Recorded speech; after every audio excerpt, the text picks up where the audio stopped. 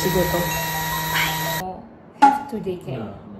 Kids going to the daycare. Oh, still daycare. Yeah. TikTok. For YouTube. YouTube. Kayak gini, terus udah apron. Ya. Iya. Aku udah dengerin dari tadi. Iya gitu. Ya.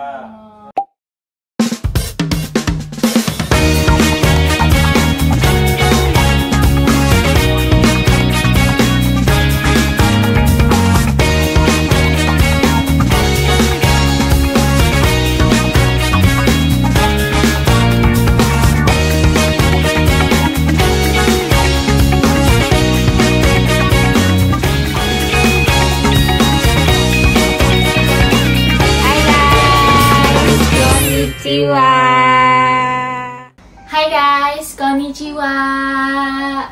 Iya, jadi sesuai janji gue kemarin, gue mau share ke kalian gimana sih kok tiba-tiba gue bisa kerja di Jepang, part time di Jepang, dan padahal gue nggak pakai LPK dan padahal gue nggak punya visa working gitu.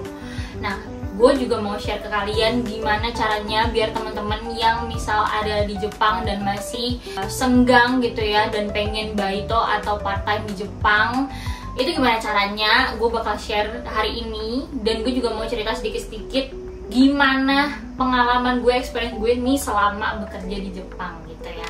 Jadi yang pertama-tama gue bakal ngejelasin ke teman-teman gimana sih caranya untuk bisa dapat kerja di Jepang tanpa visa working, itu yang utamanya.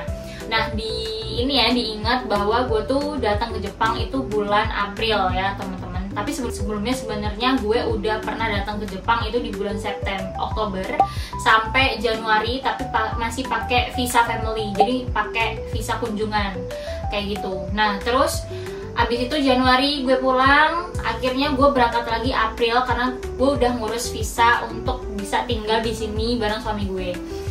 Ucuk. Gue udah tinggal di Jepang dengan visa dependent. Nah, visa gue ini adalah visa family dependent, yang dimana gue ikut family gitu, ikut suami gue gitu. Ini tuh bisa ya teman-teman, nanti kalian bakal, kalau kalian pakai visa dependent gitu, kalian tuh bakal punya Zeryu card kayak gini. Ini bisa kalian dapat di bandara. Terus kalian bisa ngurus beberapa berkas-berkas kayak my number, terus bla bla bla, pokoknya banyak lah yang bisa kalian urus di sini. Tapi yang paling penting adalah Zeryu card sama my number. Itu kalau kalian stay lama kayak setahun, 2 tahun, 3 tahun atau many years di sini, kalian bisa urus itu intinya. Nah, gimana caranya gue bisa baito tiba-tiba di Jepang atau part time? Part time itu bahasa Jepangnya baito ya guys. Nah, gimana ceritanya kok ujuk-ujuk gue baito nih di Jepang? Sebenarnya gue rencana awalnya itu jadi mami rumah tangga aja gitu di Jepang, karena gue udah sepakat dari awal sama Rayana ketika gue udah resign, ya udah gue jadi rumah tangga aja, karena kan gue takut ya di sini culture kerjanya beda. Terus gue mau kerja apa, orang bahasa aja gue nggak nyiapin sama sekali kan gitu, bahasa Jepang aja gue nol putul gitu di sini. Makanya gue ngomong ke Rayana, yang gue kayaknya nggak kerja nggak apa-apa kan gitu, nggak apa-apa dia it's okay banget, dan itu masih cukup buat kita gitu, gaji Mas itu masih cukup buat kita sehari-hari nah gitu. Tapi ya seiring berjalannya waktu, karena gue masih umur 26 dan menurut gue kayaknya experience ini perlu ditambah, dan mumpung gue ada di negara asing yang sebenarnya bebas untuk ngapain aja dan bebas untuk bekerja ya, walaupun gue tidak pakai working visa itu, makanya gue pengen coba. Apalagi gue sekarang di sini punya temen yang namanya Vida. Nah, Vida ini cikal bakal awalnya gue tuh punya niatan untuk baito, karena beliau sendiri itu udah pertama baito duluan, dan Vida ini juga nggak jago nihongo gitu. Terus dia cerita-ceritalah ke gue tentang pengalamannya dia baito, dan ternyata gajinya juga lumayan karena dibayarnya itu kan per jam ya guys, dan per jamnya itu lumayan banget lah di sini.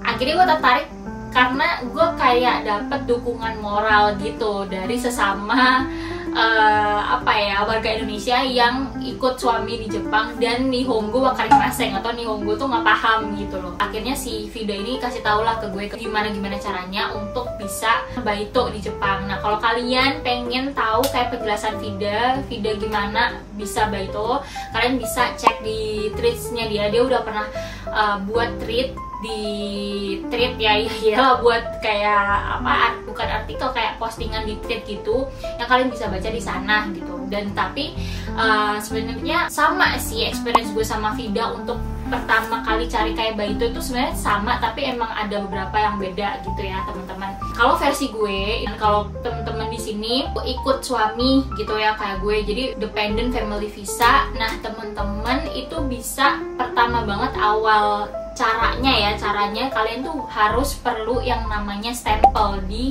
Zaryu Card kalian atau KTP Jepang kalian. Nah, gue mau kasih tunjuk ya. Jadi nanti kalau misalnya lu sampai bandara, itu kan kalian dapat yang namanya Zaryu Card kayak gini nih. Nah di bagian bawahnya itu, di bagian sininya itu tuh kalian kayak kosong gitu, itu tuh belum ada capnya. Pas kalian datang ke Jepang dan punya Zaryu Card ini tuh kalian belum ada capnya. Nah baito ini itu memerlukan cap ini wajibun ya, ini wajibun sekali, ini nggak bisa diganggu gugat. Kalau kalian nggak punya cap ini kalian nggak bisa baito gitu intinya. Nah gimana caranya ngedapetin stempel ini tuh di mana? Caranya kalian tuh tinggal datang ke imigrasi terdekat kalian di kota kalian. Kebetulan gue tuh tinggal di Chibachoshi gitu ya. Jadi gue ikut Chiba lah gitu. Istilahnya apa ya, kotanya tuh ikut Chiba. Nah imigrasi gue yang terdekat itu adalah Chiba di Makuhari gitu ya. Akhirnya gue datang ke sana. Terus berkas-berkas apa aja yang perlu gue siapin kayaknya kalau gue datang ke sana. Berkas-berkas yang perlu kalian siapin itu mudah banget. Yang terutama ya pasti Zaryu Card yang pertama ya, karena yang di stempel kan Zaryu Card elu nanti ya, pasti ya kalian harus bawa Zaryu Card-nya. Terus kemudian kalian harus bawa paspor, karena kan paspor itu adalah identitas kalian dari negara mana, kalian emang legal atau enggak, kayak gitulah intinya. Itu kalian harus bawa 2 item itu, Zaryu Card sama si paspor, itu yang utama. Nah di sana nanti kalian tinggal kayak ngisi form gitu. Udah ngisi form, kalian ambil nomor antrian. Nah nanti nomor antriannya ketika udah disebut di sana, kalian maju, kalian tunjukin semua berkas kalian bilang, "Mas, gue mau bikin stempel karena gue mau baito, tolong ya." Gitu, lu bilang gitu aja ke mas-masnya udah tahu. Nah nanti mas-masnya pasti urusin, udah selesai gitu dong, udah kelar. Kalau kalian stempel udah dapet, nah ini tinggal cari yang namanya kerjaannya gimana. Nah kemarin itu ya, ini pengalaman gue based on true story gue.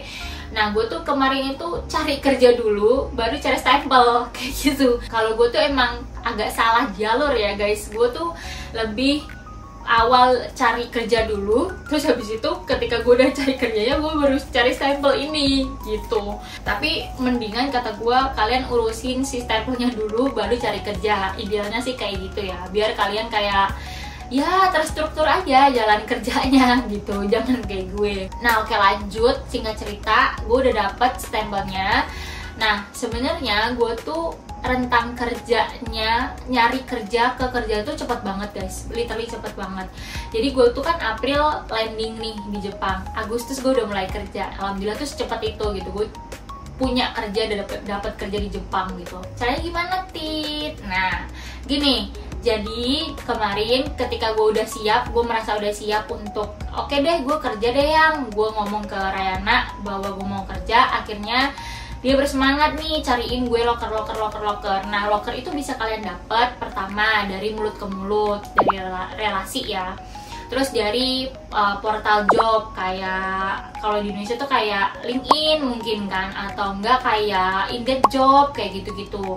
Kalau di sini portal job itu ada Guidable sama YOLO yang gua tahu ya. Terus kemudian mungkin bisa juga dari Instagram Kaisanya atau Instagram company-nya, dan juga selebaran yang ditempel ditempel di kayak kombini, ditempel di restoran kayak gitu-gitu. Tapi selebaran itu bisa kalian dapat itu lebih banyak di kombini gitu, karena biasanya di kombini itu ada satu spot sendiri dimana dia tuh kayak ada banyak selebaran. Nah kalau case gue sendiri, gue tuh kemarin sempat dapat selebaran itu gitu kan. Gue udah dapat ya, bukan kayak gue cari, gue dapat dari kayak ibu-ibu gitu. Waktu itu gue kalau nggak salah turun dari stasiun apa gitu, gue turun dari salah satu stasiun, terus gue dikasih nih part time itu gitu, out of nowhere aja gitu. Tiba-tiba ibu-ibu itu nyamperin gue untuk ngasih selebaran itu. Nah itu tuh udah ngasihnya udah lama banget, dari gue pertama kali kesini waktu bulan Oktober atau Desemberan gitu, yang dimana itu gue emang belum boleh kerja ya, karena itu emang visa kunjungan doang gitu. Ya udah gue cuma kayak simpen itu di bawah lemari, udah selesai gitu. Nah sekarang waktu gue kayak udah berniat, gue cari-cari lagi tuh berkas tuh, berkas itu apa selebaran, akhirnya dapet. Waktu dihubungin sama Rayana, ternyata si itu udah close karena udah cukup orang. Oh ya udah, akhirnya gue sebenarnya sempet kayak hopeless gitu kan, gimana dong, gini. Padahal ya sebenarnya nothing tulus aja sih gue tuh apply kerja gitu, karena kalau dapet ya alhamdulillah, kalau nggak dapet berarti belum waktunya gitu aja. Gue tuh kan deket ya akhirnya sama Vida gitu, deket lah tuh. Gue video callan sama Vida ini, kayak dia selalu kayak semangatin gue, kayak lu coba dong cari di Goodable atau YOLO. Akhirnya dia tuh sampai kayak ngirim link gitu, ngirim link kerjaan di YOLO atau Goodable itu yang ini nih deket sama stasiun lo gitu. Tapi perlu digarisbawahi, kalau menurut gue ya, kalau suggest dari gue atau saran dari gue, kalau kalian kerja itu tuh mending yang deket-deket rumah dulu gitu. Kenapa? Karena kalian kan menempuh jarak dari rumah ke tempat itu biasanya, kalau gue ya, gue pakai jidensa atau sepeda. Jadi mau nggak mau gue harus cari yang memang tempat kerja sama apa tuh gue tuh deket gitu loh intinya, yang nggak perlu pakai kereta lagi. Karena menurut gue tuh kalau kita harus ngejar waktu kereta, nunggu kereta itu tuh menurut gue ribet gitu. Jadi yang gue prefer nggak dulu deh gitu, gue cari yang emang bisa gue jangkau dengan sepeda gitu, naik sepeda setiap harinya. FYI, gue tuh tinggal di Chosi. Chosi tuh kayak ibaratkan corner city gitu, daerah pinggir kota. Maksud gue daerah pinggir kota yang bener-bener masih kampung gitu. Sebenarnya udah banyak rumah, tapi emang nggak sekota tempat Vida. Kalau tempat Vida tuh isinya gedung-gedung gede, tapi kalau di tempat gue itu tuh masih persawahan, masih hutan. Lu kalau nanti gue bikin home tour ya, gue kasih tahu apartemen gue tuh nempel sama, bukan cagar alam, tapi kayak apa ya, kayak paru-parunya kota ini gitu loh. Jadi kayak bener-bener masih rimbun banget. Jadinya opportunity untuk kerja part time yang nggak banyak apa ya, nggak banyak maunya atau nggak banyak ketentuannya tuh susah gitu loh di sini daripada tempatnya Vida. Kalau tempatnya Vida kan anggap kota, jadi tuh kayak kesempatan kerjanya tuh banyak gitu. Tapi kalau di kota kecil ini, di kabupaten kecil di Chosi ini, itu nggak terlalu banyak. Kita nggak bisa milih yang gimana. Dan FYI, gue juga carinya itu kan yang namanya perusahaan tuh pasti ada kualifikasinya kan. Dan gue tuh nggak bisa nyari perusahaan yang memang mereka tuh targetin untuk cari orang yang kualifikasinya tinggi-tinggi gitu. Kayak misalnya punya N3, N5, pokoknya ada NN-nya kayak TOEFL tapi dalam bahasa Jepang gitu loh guys, N tuh. Kan gue nggak bisa ngomong bahasa Jepang aja, gue nggak bisa gitu, gimana gue mau ikut NN-an. Makanya gue belum ada sertifikat NN itu gitu. Jadi gue mencoba mencari yang namanya perusahaan yang memang tidak membutuhkan keahlian untuk berbahasa Nihongo gitu atau berbahasa Jepang. Udah, itu kualifikasi dari gue. Nah itu tuh susah banget didapetin di Chosi gitu. Dan bahkan teman-teman Masre yang Masre kenal suruh cariin kerjaan bla bla bla itu juga nggak bisa nggak bisa menampung gue atau mencarikan informasi gitu, karena emang jarang banget orang Jepang itu yang bisa bahasa Inggris gitu. Jadinya agak susah, apalagi di Chosi pinggiran tuh bener-bener susah. Tapi yang namanya blessing dari Tuhan kan kita nggak tahu dari mana aja ya guys gitu. Berkah dari Tuhan tuh kita nggak ada yang tahu, kun fayakun jadi gitu kan. Gue akhirnya apply di YOLO Japan. Gue isi biodata dulu. Nah biodatanya itu sambil gue perkenalan diri pakai bahasa Jepang. Gue perkenalan diri lucu banget sih, kayak gini nih. Hajimemashite, watashi wa Pratita Arsyanur Sabrina desu. Tita to yonde kudasai. Indonesia kara kimashita. Kotoshi wa 26 sai desu. Dozo yoroshiku onegai shimasu. Gue udah perkenalan diri kayak gitu kan, terus biodata gue udah lengkap juga. Akhirnya setelah dibuat tuh akunnya sama Mas Rai. Gue belum apply apa-apa, tapi tiba-tiba Mas Rai tuh ditelepon sama kayak outsourcing gitu loh, pihak outsourcing, tapi bukan dari web YOLO Japan. Diingat ya guys, yang gue tahu itu gue dibel sama YOLO, tapi yang gue pakai itu YOLO Japan gitu. Nah terus Mas Ray itu waktu di luar, waktu nggak sama gue, dia ditelepon sama pihak kayak outsourcing gitu, yang namanya tuh WBP kalau nggak salah ya, kalau nggak salah ya. Terus dia telepon sama pihak outsourcingnya itu kayak, ini bener nggak Pratita lagi cari kerjaan gitu, gini-gini, yang nggak harus nihongo, yang gini. Oh iya, loh tapi ini kok yang nerima cowok. Oh iya, saya suaminya Okusang lagi di rumah. Okusang tuh gue, Okusang tuh kayak istri ya, Okusang tuh istri, Okusang lagi di rumah. Oh gitu, iya saya mau nawarin kerjaan, gini.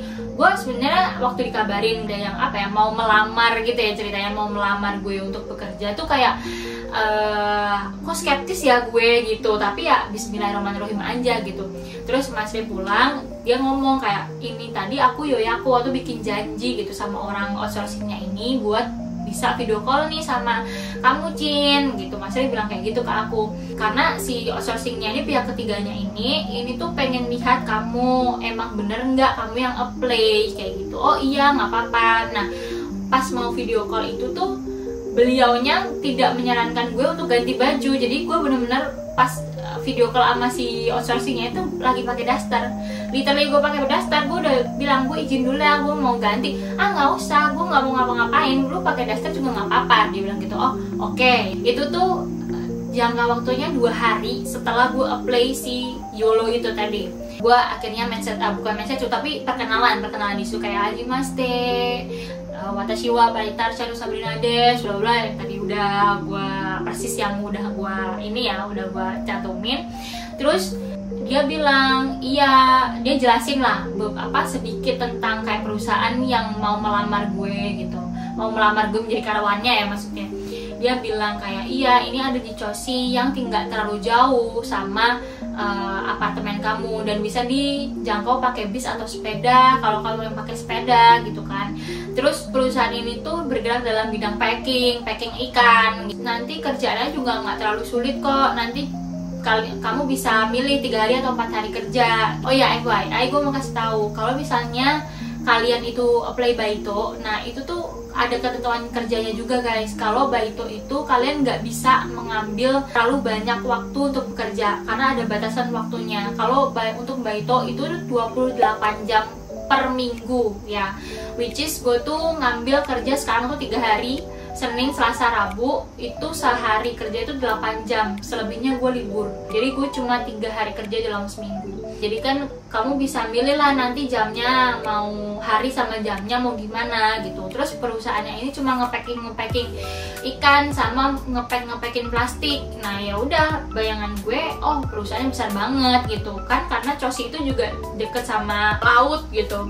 Jadi perusahaan ikan di sini tuh lumayan banyak, tapi gue nggak ngerti ternyata di pinggiran Choshi banget yang sana itu ada perusahaan ikan yang gede-gede banget, yang sampai ada cerobong asapnya gitu. Gue baru tahu itu juga. Udah, terus dikasih tahu sama si pihak outsourcingnya ini, kamu dapat jadwal interview di minggu depan ya gitu, di hari Kamis. Oh oke gitu. Akhirnya gue ketemuan lah nih sama pihak outsourcingnya di Eki atau di stasiun. Kita bareng-bareng ke calon perusahaan gue gitu.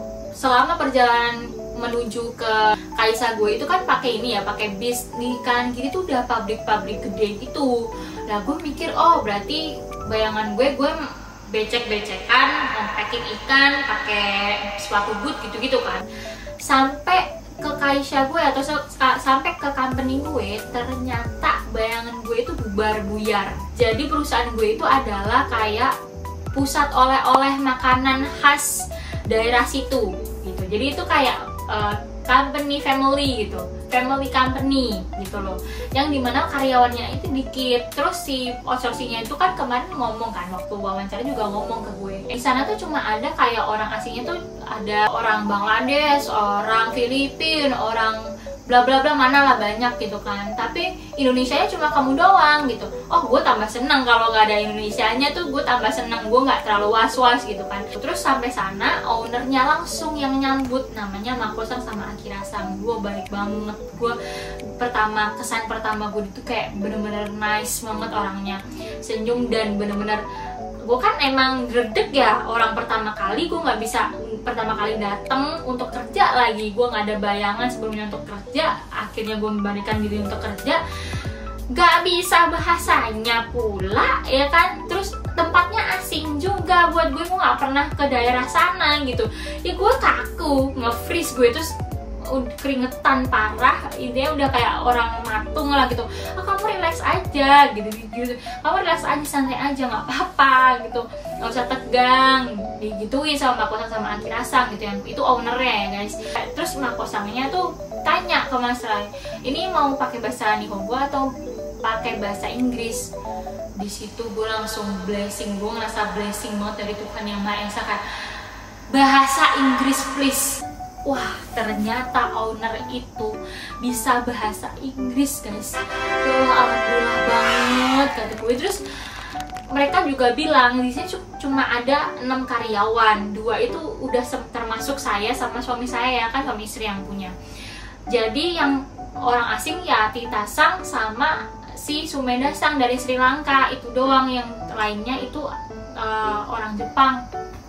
Gue langsung sedikit lega ya, walaupun tetap deg-degan, sedikit lega. Orang asingnya juga nggak terlalu banyak kata gue gitu. Oh ya udah deh gitu. Terus gue dijelasin pakai bahasa Inggris. Gue kalau gini ya guys, gue kalau pakai bahasa Inggris tuh gue fasih. Tapi gue kalau misalnya pakai bahasa Jepang, wah gue cuma sepatah 2 patah kalimat aja ya, sumimasen gitu. Terus gue dikasih tahu kerjaannya gini-gini, dan gue tuh kan langsung kayak, hah lah ini mah gue nggak becek-becekan sama sekali lah, ini mah toko oleh-oleh, nggak bau-bau amis gitu loh. Gue kira tuh gue bakal bau amis, gue bakal basah gini-gini. Dan tempat kerja gue tuh tahu guys, tempat kerja gue tuh ber-AC, ruangan semua tuh ber-AC, tau kan. Gue kira tuh gue bakal panas-panasan, kalau misalnya summer gini panas, kalau misalnya keringan itu tuh di situ ada AC-nya, jadinya gue nggak usah worry. Wah, lumayan udah ideal banget kan. Apalagi ownernya bisa bahasa Inggris, wah udah bisa komunikasi banget gue. Gue di situ diwawancara bla bla bla bla bla, ditanyain juga gitu background dulunya apa, kan gue bawa CV juga kan, tapi CV-nya memang dalam bentuk kanji ya, dalam bentuk apa namanya, tulisan Jepang gitu, yang bikinnya juga Rayana gitu. Terus gue ditanya, lu dulu lulusan apa gitu? Oh, aku S1 Psychology. Lu dulu pernah kerja gitu? Oh, pernah di marketing sama HR, gue bilang kayak gitu. Terus ini fenomenanya sebenarnya menurut gue aneh. Orang Jepang itu ya guys, orang Jepang nih yang udah pernah gue temuin, orang Jepang ini tuh nggak tahu ini berdasarkan pengalaman gue ya di daerah gue nggak ngomong orang Jepang yang bagian Tokyo, yang bagian kota-kota, gue nggak ngomong kayak gitu, tapi di bagian di kota-kota gue jarang banget ada yang tahu psychology, jarang banget ada yang tahu marketing, jarang banget ada yang tahu HR atau HRD atau human resource, tuh jarang banget tahu. Dan Mako-san sama Akira-san tuh tahu, alhamdulillahnya. Baru pertama kali itu gue mengenalkan diri gue sebagai sarjana psikologi, ada yang paham di Jepang, lu tahu. Soalnya si Akira sama Mako-san tuh juga lulusan university juga, jadi mereka tuh terdidik dan terlatih lah, jelas gitu kan. Dan mereka tuh by the way, atasan gue ini tuh juga sering melancong. Bahkan si Mako-san ini tuh pernah pertukaran pelajar, student exchange, bayangin, kayak pinter banget kan. Dan pernah ke Jakarta, ke Bali, kayak gitu si Mako-sannya. Si Akira juga kayak gitu. Terus di wawancara itu gue ngomong, oh marketing sama ini HR lo, kamu nggak apa-apa S1 kayak gini terus kerja sebagai packing gitu? Oh nggak apa-apa banget kan, experience buat saya, experience baru gitu. Tapi ya itu saya nggak bisa nihongo, gue bilang kayak gitu. Oh nggak apa-apa, nanti kita jelasnya pakai bahasa Jepang, terus kamu nanti belajar pelan-pelan ya gitu untuk bahasa Jepang, karena itu berguna banget. Ya iya berguna banget, karena sekarang gue aja ngerasa gue bisu banget di sini. Gue harus bawa kemana-mana translator gue, aka suami gue sendiri gitu. Karena ya jarang banget orang-orang Jepang tuh bisa bahasa Inggris gitu loh guys. Ya udah, wawancara tuh berjalan dengan oke, dan alhamdulillah gue diterima gitu. Gue diterima dan gue bisa mulai kayak nyiapin berkas buat bikin bank ya kan, karena emang gajinya ditransfer. Karena gue tadi di awal udah ngomong kan, gue itu cari kerja dulu baru cari stempel. Jadinya itu sebenarnya nggak pas untuk contoh ya guys, kalian harusnya cari stempel dulu baru kalian cari kerja. Nah karena gue emang udah terlanjur kayak gitu, ya udah akhirnya gue dikasih kurun waktu seminggu buat untuk cari si stempel ini gitu, stempel di Zairyu Card. Akhirnya gue cari segala macam, terus minggu depannya gue langsung kayak bikin banknya juga di kantor, terus gue kerja. Alhamdulillah amin, gue dapet pengalaman baru untuk kerja. Terus kita bahas tentang salary atau gaji atau paymentnya di sini gimana. Nah alhamdulillah banget itu bisa buat jajan gue, dan bahkan lebih dari jajan ya guys. Kalau di Jepang itu kan emang sistemnya per jam, dan gue sorry banget ya buat para suhu yang udah pernah ke Jepang, yang udah sekarang udah bertahun-tahun di Jepang. Gue sorry banget, gue anaknya emang norak karena emang baru banget landing di Jepang ya. Senpai tolong jangan dihakimi. Gue amazed banget sama gaji di sini, dan itu fair banget. Gue tuh 3 hari doang seminggu bekerja, gue dapet 1 hari kerja itu 8 jam gitu kan. Nah di sini tuh digajinya kan per jam ya, dihitung bukan digaji, dihitungnya itu per jam. Per jamnya itu gue 1090 yen per jam, kaliin 8, kaliin 3 hari, terus kalian kali 30, intinya gitu lah. Intinya kalian bisa hitung sendiri deh gitu gak sih, kali 3 kan gue cuma 3 hari, terus kali 30 gitu gak sih, bener gak? Ya udahlah begitu, intinya gue per jam itu 1090 kayak gitu. Jadi sekali gajian alhamdulillah gue bisa beli apa yang gue mau gitu, jajan apa yang gue mau gitu, dan saving money a lot gitu. Gue udah dikasih tahu itu, sampai situ udah lega banget. Sebenarnya tujuan gue untuk part time ini itu tuh bukan sekonyong-konyong untuk gaji yang besar atau pemasukan yang lebih. Sebenarnya cukup sih gue dari masternya juga, cuman karena gue mengejar experience dan gue mengejar tabungan di sini, karena gue bukan PNS Ponorogo, bukan PNS Indonesia yang tidak ada dana pensiun, makanya gue mengakali, oh ya udah gue harus menciptakan dana darurat atau dana pensiun dari sekarang gitu. Karena memang alhamdulillahnya kita masih dikasih kebebasan sama Tuhan kan, kita belum ya soon to be mom and dad, but now kita belum dikasih kesempatan sama Tuhan. Jadi kita disuruh untuk cari experience sebanyak-banyaknya, kita disuruh untuk senang-senang dulu mungkin ya, tapi tidak menutup kemungkinan to be mom and dad in soon gitu ya guys. Ya udah gitu aja guys, nanti kalau kalian kurang jelas bisa kalian tulis di kolom komentar, nanti gue jawab tentang apa-apa aja yang mungkin kalian kurang jelas. Terus jangan lupa subscribe, like, and comment. Thank you for watching me dan support me sampai saat ini. Semoga kalian tetap sehat dan tetap happy ya guys. Thank you for watching. Jangan lupa subscribe, like, and comment. Aku gak sabar ketemu kalian lagi. Bye.